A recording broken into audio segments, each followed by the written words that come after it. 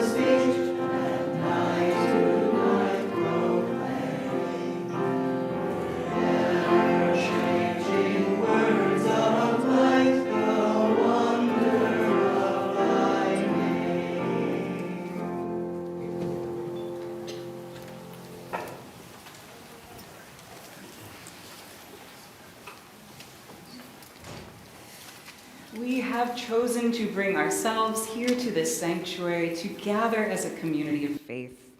We join together in solidarity as a covenanted people who are drawn together by the promise of connection and the mysterious pull of the unanswerable. We draw on experiences of love and of wonder to lift our hearts and move us beyond the mundane. As seekers, wanderers, appreciators of nature, and creators of connection, our paths have converged today so that we might become present to the spirit that is worship. And so let us worship together. Each week it is our tradition to light a chalice which casts a circle of light to hold us all.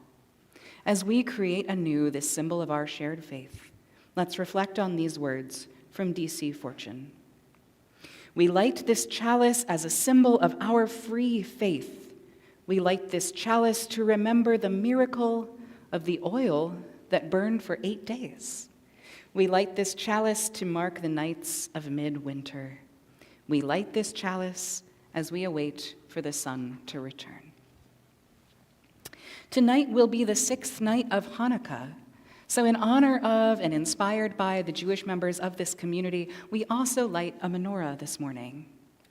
Karen Enfield says, the source of light for the menorah and for the warmth of the world is the shamash, which means both servant and son.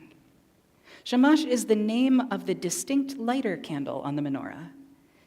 Hanukkah, the holiday of the Shamash, is a time to honor the turning of the seasons and the light of the sun. As I light the candles, Sable will sing the traditional blessing, and all who know it are welcome to join in.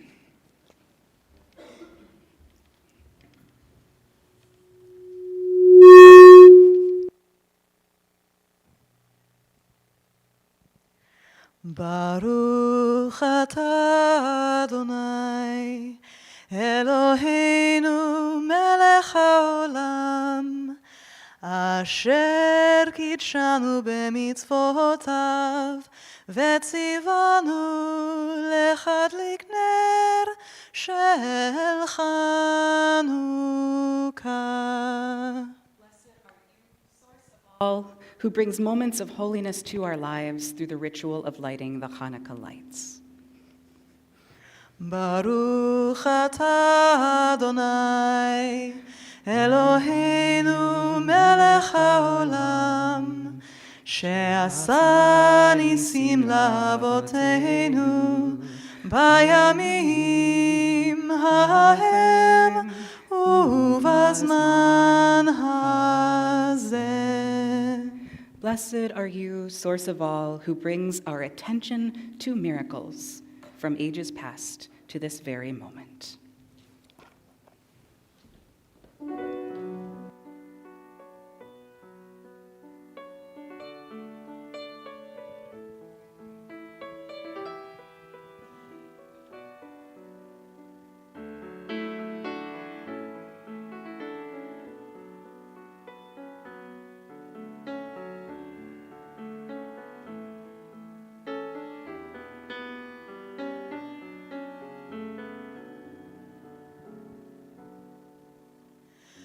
Min hametzar karatia, ayanani v'merchavia. Min hametzar karatia, ayanani v'merchavia.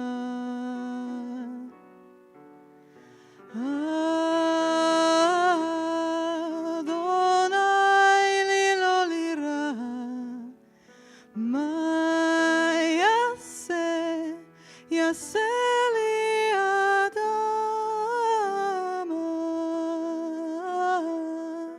Adonai li lo lira, oh ma yaseh li adam.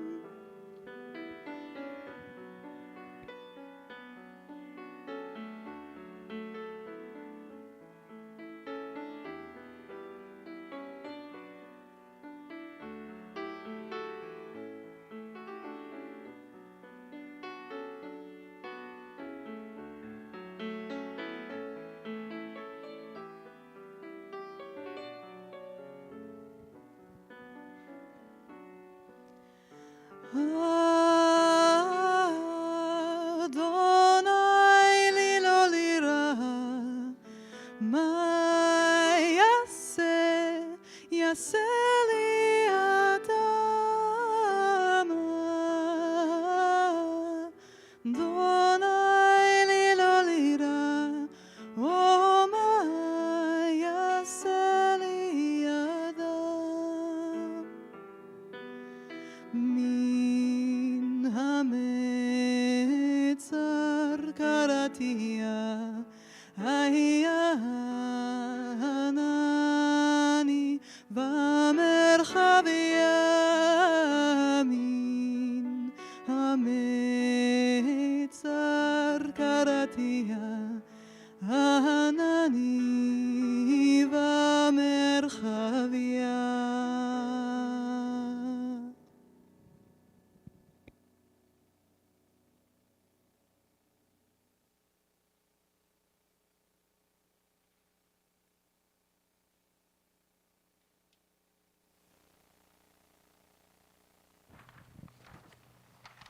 Good morning.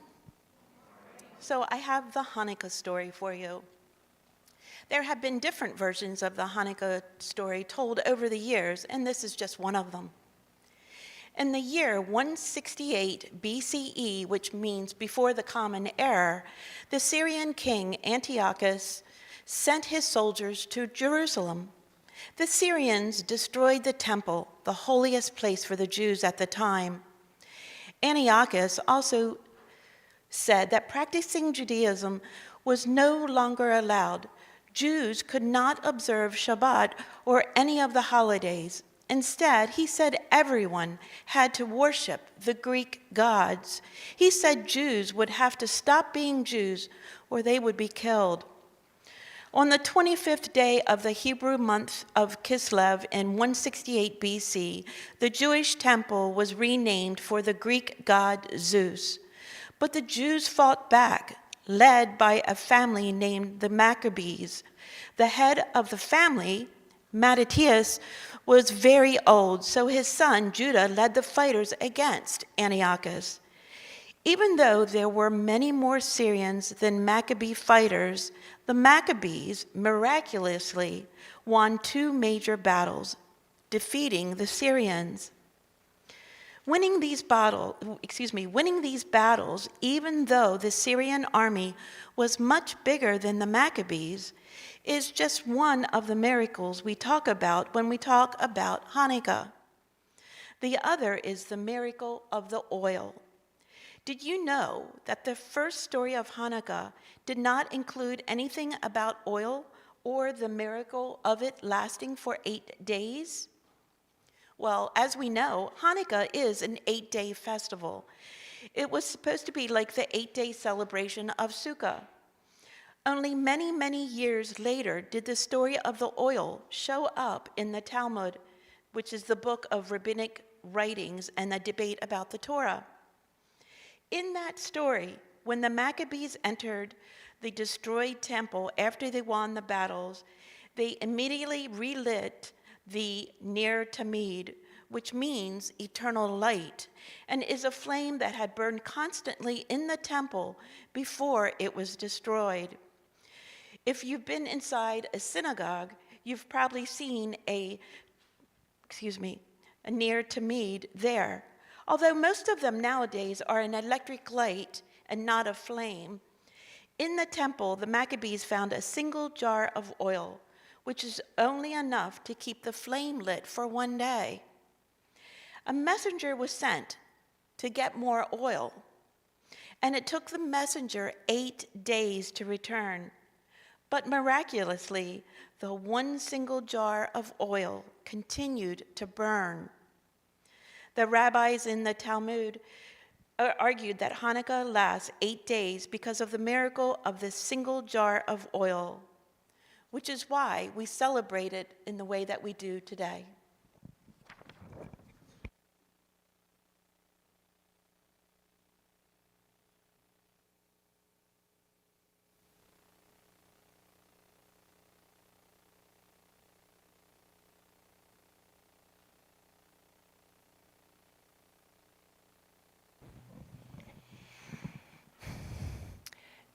We light the Hanukkah candles in wonder, joy, and gratitude, each candle a miracle. When the Holy Temple was rededicated at the time of the Maccabean liberation battle, only 1 day's worth of oil remained, yet it burned for 8 days, so we light candles in remembrance. We rededicate ourselves to the miracle of light in a season of darkness, To the miracle of trust in a time of anxiety, to the miracle of hope in a time of despair. to the miracle of faith in a time of cynicism, We rededicate ourselves to the miracle of wholeness in a time of fracture, to the miracle of courage in a time of fear, to the miracle of resistance in a time of oppression, to the miracle of peace in a time of violence, and in a time of hatred, we rededicate ourselves to the miracle of love.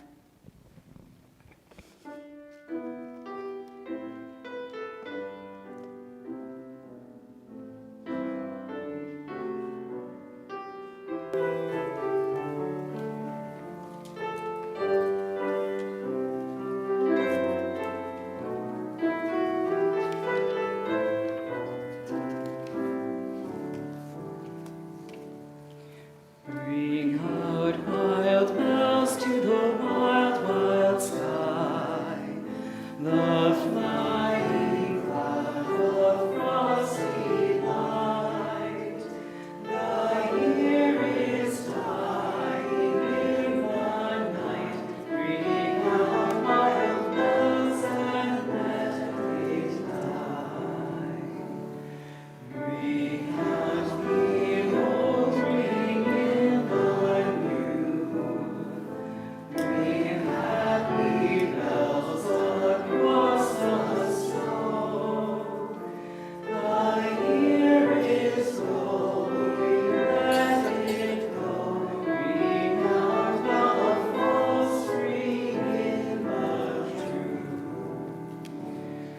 Ring out the grief that saps the mind. For those that hear we see no more. Ring out the feud of rich and poor.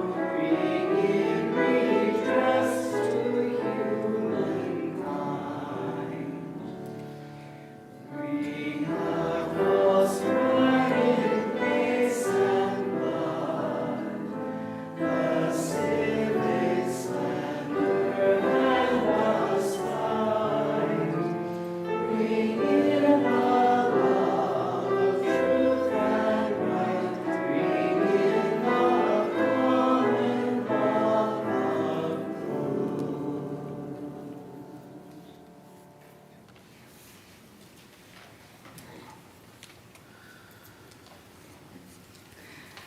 For a long time, I built the foundations of my sense of faith on the turning of the seasons. The cycles of nature were so much greater than human power. They were the unshakable force of the earth. I knew that autumn would darken into winter, and then eventually spring would follow, and I used that as a guide for life. Hard times would come, and eventually, good times would return. These truths felt inescapable, and I took comfort in them. I threw myself into celebrations of the solstices and equinoxes, these times to participate in the magic that nature conducts around us. Winter would always come, and then the world would turn, and spring days would rush in. How tremendously comforting.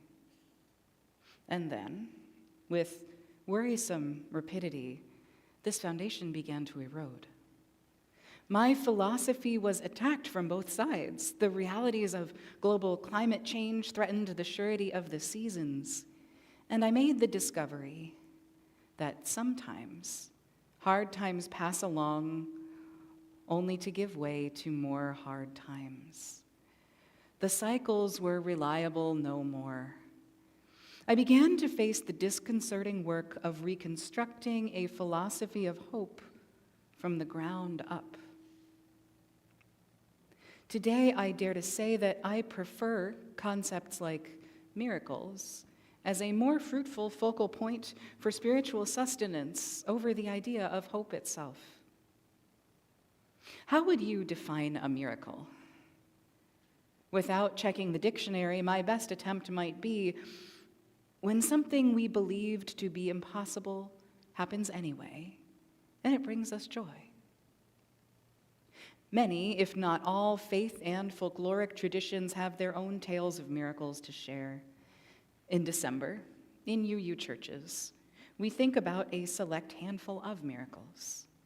The miracle of a single jar of consecrated oil which lasts for 8 days. The miraculous, long-awaited birth of a prophet of peace. And the true Unitarian miracle of a greedy Victorian landlord learning how to have a heart. What most often feels like a December miracle to me, though, is when I go out in the morning to find that a frost has encrusted the leaves and grasses with diamonds. It feels like a miracle when I hear a chorus of voices lift into an ancient melody, and when families which gather for this season find moments of perfect joy together in spite of the complexities within their relationships.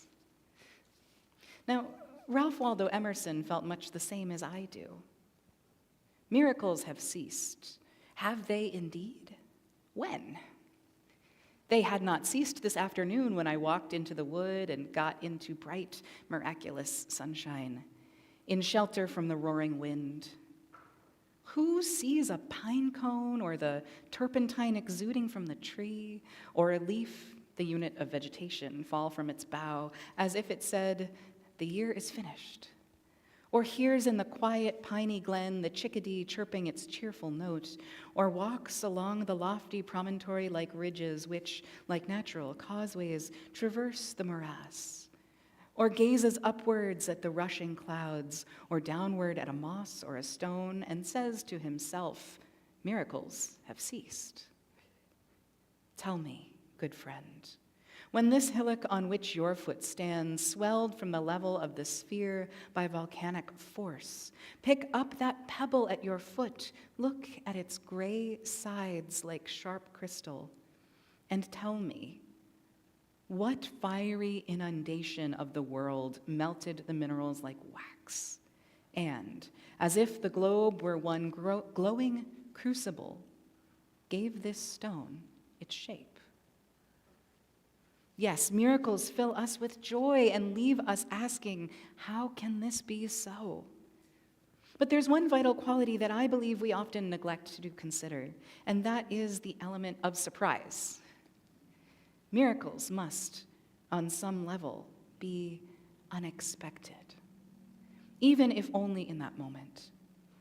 The snowfall would not feel miraculous if I had looked out the window to check for snow. The choir would not feel miraculous if I hadn't been astounded by the way that the harmonies came together, perhaps at the very last minute. Hanukkah is really about the victory of the Maccabees in their resistance against the invading Syrian army, but what we remember, what we retell as a miracle, is not that unlikely victory, but the part which no one could have expected, that this lowly jar of oil would keep the sacred flame burning for so long past its single-day life expectancy. What makes a joy a miracle is that we can't control it. Sometimes in a complicated way, though, the spirit of gathered community creates a miracle. Now, this month we're sharing our offering plate with the Harrisburg Area Food Pantry, and I love this timely reminder of what it means to nourish community, because it brings me to my favorite retelling of one of Jesus' best-known miracles. It's from the book of Matthew, chapter 14, also known as Jesus Feeds the 5,000. As evening approached, the disciples came to him and said, "This is a remote place, and it's already getting late. Send the crowds away so they can go to the villages and buy themselves some food." Jesus replied, "They do not need to go away. You give them something to eat." "We have here only 5 loaves of bread and 2 fish," they answered. "Bring them here to me," he said. And he directed the people to sit down on the grass. Taking the 5 loaves and the 2 fish and looking up to heaven, he gave thanks and broke the loaves. And then he gave them to the disciples, and the disciples gave them to the people. They all ate and were satisfied, and the disciples picked up 12 basketfuls of broken pieces that were left over. Impossible, joyful, unexpected. But my favorite interpretation goes like this: no one alone had enough for a meal. But as Jesus placed his faith in the community and gave them what he had, those gathered became willing to add whatever they had with them to the basket. And when all was said and done, they discovered that together they had more than enough. This miracle was powered by the community's desire to remain gathered together. In this story, we hear about one of my favorite interpretations of the divine, the force that makes people, when present to one another, greater than the sum of their parts. In the times that are coming, we know we will need many miracles to carry us through. I want to use caution, though, in how I express this. There's this common way we talk about our need for intervention, which is to say, well, let's hope for a miracle. And the more I think about what I believe defines a miracle, the more bothersome this phrase becomes. Doesn't hoping for a miracle create an expectation which fundamentally edges out the potential for a miracle occurring? Instead of hoping for a miracle, I want to suggest 2 alternatives. First, let's shift focus away from the outcome we think we want and become present to what is around us. Tune in to the here and now. By opening ourselves up to the reality that is playing out at all times, we become aware of the thousands of miracles, of Emerson's miracles, joyful and unexpected, which are there to be observed in the world around us. Who knows? If the Maccabees had been fixated on a specific hoped-for miracle, they might not have even noticed that little jar of oil. Second, instead of hoping for one, I'd invite us to remember that the miracle exists in the space between us in our gathering. We share that power in community. We can surprise ourselves with joy if we become present to each other and are willing to act when called upon in solidarity. Honestly, talk of hoping for a miracle brings me inevitably back around to climate change. I don't know if I have hope, but I know what keeps me from despair. I am committed to being a part of the miracle we need by living out my role in the wide community of people who are willing to give just a little more to protect the environment. I remind myself that I don't have to fix it all, but I just have to do something. And then I have to continue allowing the night sky to take my breath away. In these longest nights, let us make ourselves present to the moment so that every candle flame, every shining star, every nostalgic song, and every whiff of fresh pine falls upon our hearts as a flurry of miracles. Let's not miss out on a single one. Let each of our most valued traditions lead us to wonder and resilience, and may we be blessed with the unexpected.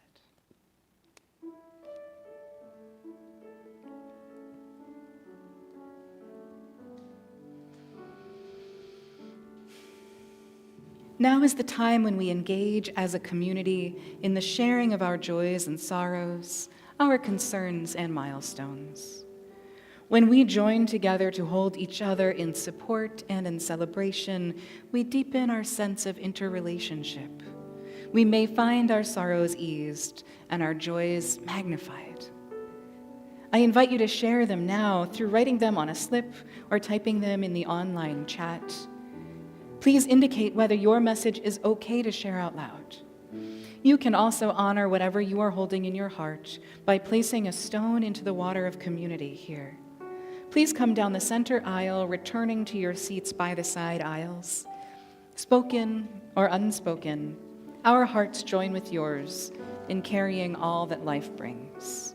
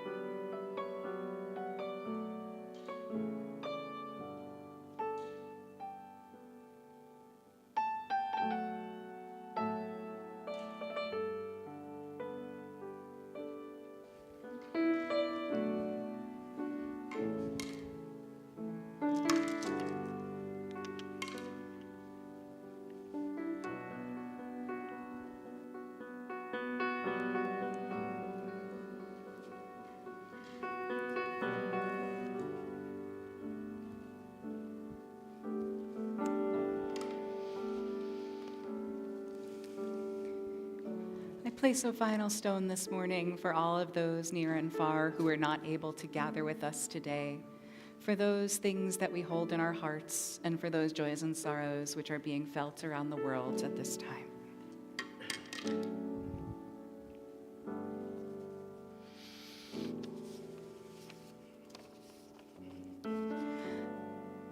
Ed Sykes shares a joy with us.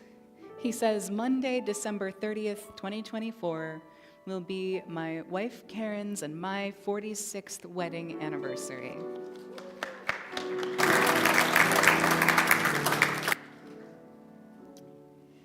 Amy shares, good wishes to my dad, who after a bad fall 2 weeks ago is making great progress in rehab and is to come home the day after New Year's.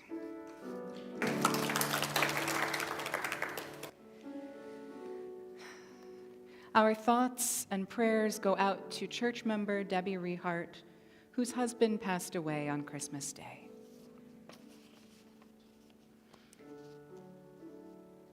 And Jim Kavanaugh shares, Nan and I had our grandkids with us at Christmas, and the music of their laughing together was a happy miracle.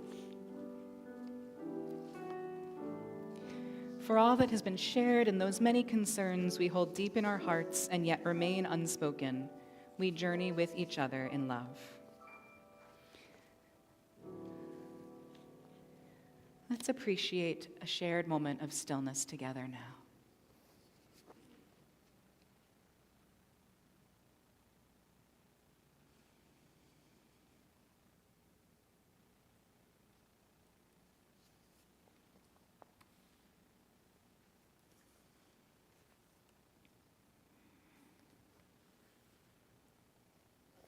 I invite you to join me in the spirit of meditation and prayer.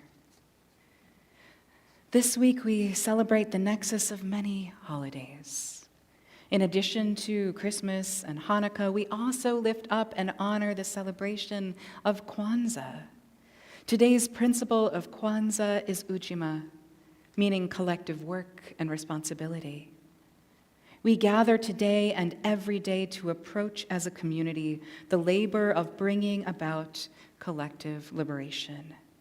In the spirit of appreciation for the magic we create in our diversity, let's open our hearts to these seasonal words offered by Reverend Victoria Safford.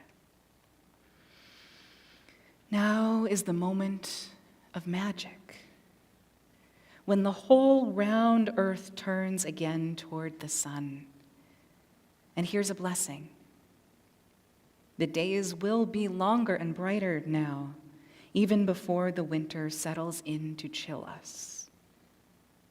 Now is the moment of magic when people, beaten down and broken, with nothing left but misery and candles and their own clear voices, kindle tiny lights and whisper secret music. And here's a blessing.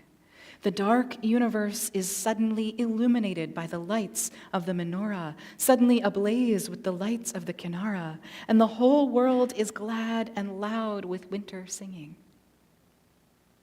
Now is the moment of magic, when an eastern star beckons the ignorant toward an unknown goal. And here's a blessing.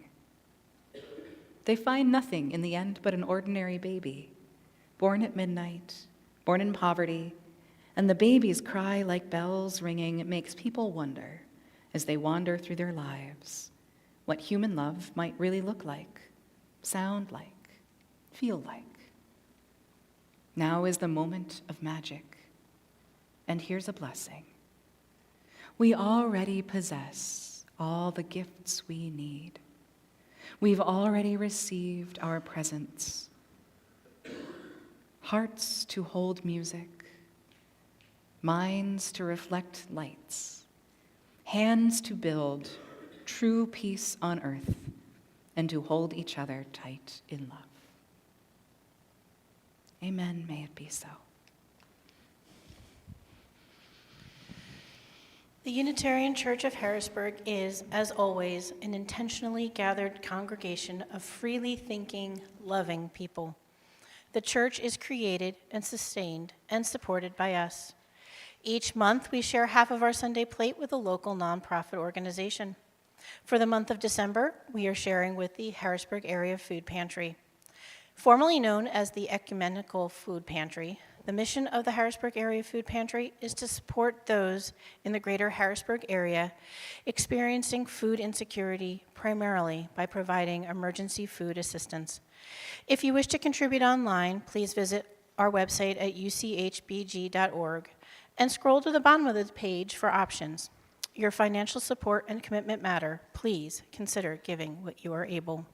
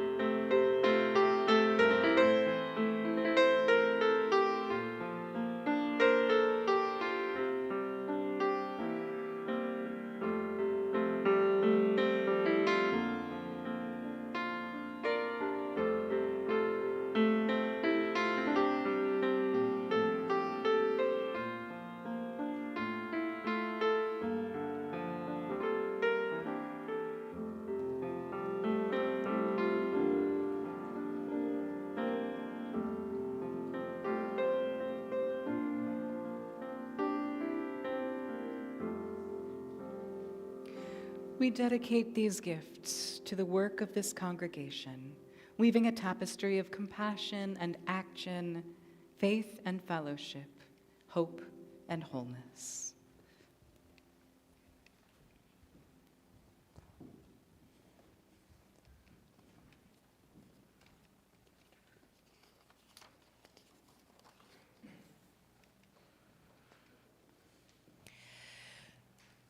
It's time now when we affirm our mission to encourage, equip, and empower.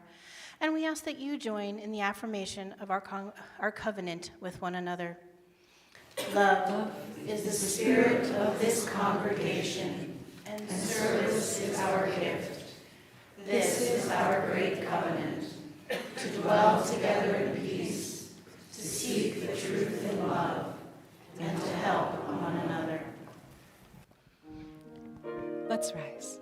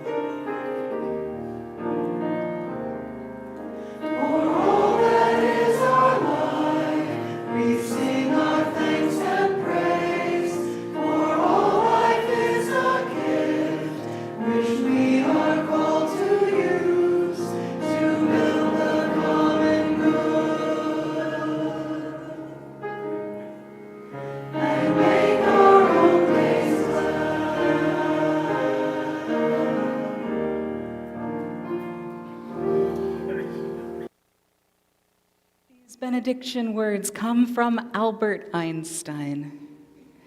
There are only two ways to live your life.